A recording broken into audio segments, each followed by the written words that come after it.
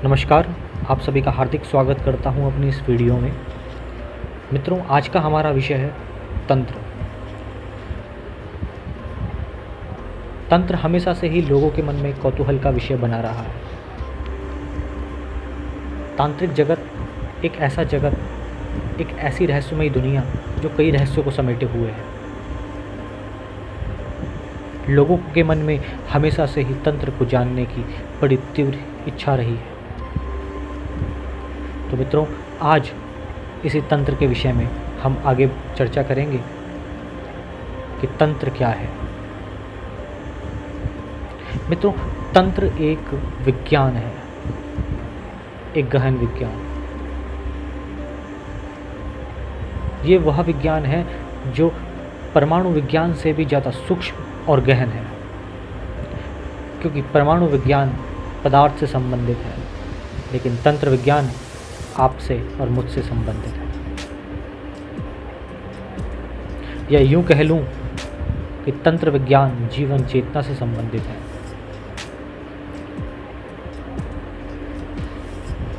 मित्रों, तंत्र हमारे जीवन में बदलाव की प्रक्रिया का नाम है।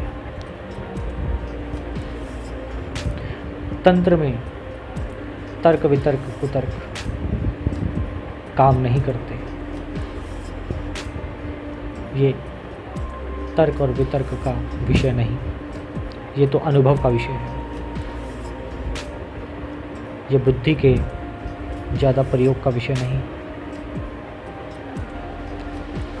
ये तो स्वयं अनुभव करने का विषय है। करो और अनुभव देखो।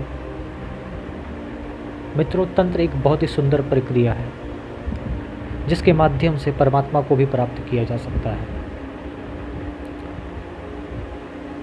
पर ये सही प्रकार से तंत्र को जीवन में धारण करने पर ही संभव है। जैसा मैंने आपको कहा कि यहाँ बुद्धि, दर्शन, ज्ञान की कोई जगह नहीं। यहाँ तो श्रद्धा, समर्पण, गुरु मंत्र पर विश्वास और गुरु पर विश्वास से ही सारे काम हो जाते हैं, और ये 100% होते ही होते हैं, इसमें कोई संदेह नहीं।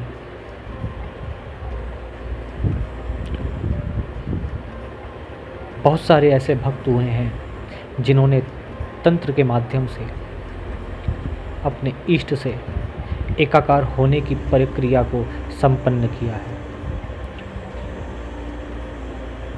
इसमें महान तांत्रिक बामाखेपा, तांत्रिक गुरु श्री गोरखनाथ जी महाराज, शंकराचार्य जी महाराज, मच्छेंद्र नाथ जी महाराज, गुरु दत्तात्रेय और दिव्य महान विभूतियाँ हुई हैं। मित्रों, आज के समय में तंत्र को देखने का तरीका और इसके मायने बिल्कुल बदल दिए गए हैं। तंत्र को लोग गलत समझने लग गए हैं,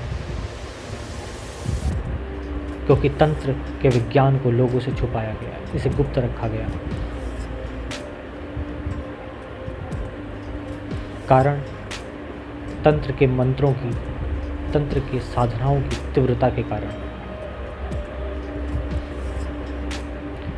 इसके प्रभाव को देखते हुए ऋषि मुनियों द्वारा इसे गुप्त कर दिया गया था और इसे गुरुमुख परंपरा में डाल दिया गया है। मित्रों, तंत्र एक ऐसा साधन है जिसके माध्यम से आप जीवन की वो हर सफलता प्राप्त कर सकते हो जो आप सोचते हो, क्योंकि तंत्र के आचार्य स्वयं भगवान शिव हैं।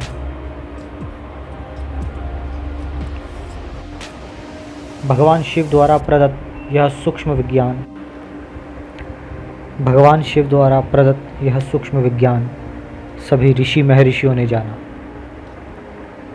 इस विज्ञान को जानकर ऋषियों ने समय समय पर जन सामान्य का कल्याण किया, परंतु धीरे धीरे इस ज्ञान को गुप्त कर दिया गया इसके प्रभाव को देखते हुए। और कुछ लोगों ने तंत्र के ज्ञान का दुरुपयोग कर इसको भय का एक ऐसा आवरण दे दिया कि लोग इसके प्रति भयभीत होने लगे, इस विज्ञान से डरने लगे। परिणाम स्वरूप तंत्र विज्ञान को देखने का नज़रिया लोगों का बदल गया। लोगों ने इसे भूत प्रेत जादू टोने से जोड़कर देखने लगे और इसे यहीं तक सीमित कर दिया, जबकि ऐसा कभी नहीं था। तंत्र हमेशा से लोगों के जीवन का ही हिस्सा रहा है। यदि तंत्र न हो तो आपका, मेरा, इस सृष्टि का जीवन खतरे में आ जाए। ये सब तंत्र से ही संचालित हो रहे हैं। मित्रों, तंत्र का अर्थ है उपाय, विधि या एक ऐसी सफल प्रक्रिया जिसके माध्यम से जटिल कार्य को सरलता से निरंतर किया जा सकता है। बस यही अर्थ है तंत्र का। तंत्र के माध्यम से साधक अपने इष्ट से एक होने की प्रक्रिया को सरलता से स्थापित कर सकता है। इस तंत्र के माध्यम से आप ध्यान की गहराई में भी उतरकर समाधि का अनुभव प्राप्त कर सकते हैं। मित्रों, भगवान शिव ने स्वयं विज्ञान भैरव तंत्र में महाभगवती पार्वती को ये 112 विधियां बतलाई हैं, जिन विधियों का अभ्यास कर योगी समाधि की अवस्था को प्राप्त कर लेते हैं। और ये विधियां तंत्र साधना में बहुत ही उपयोगी हैं।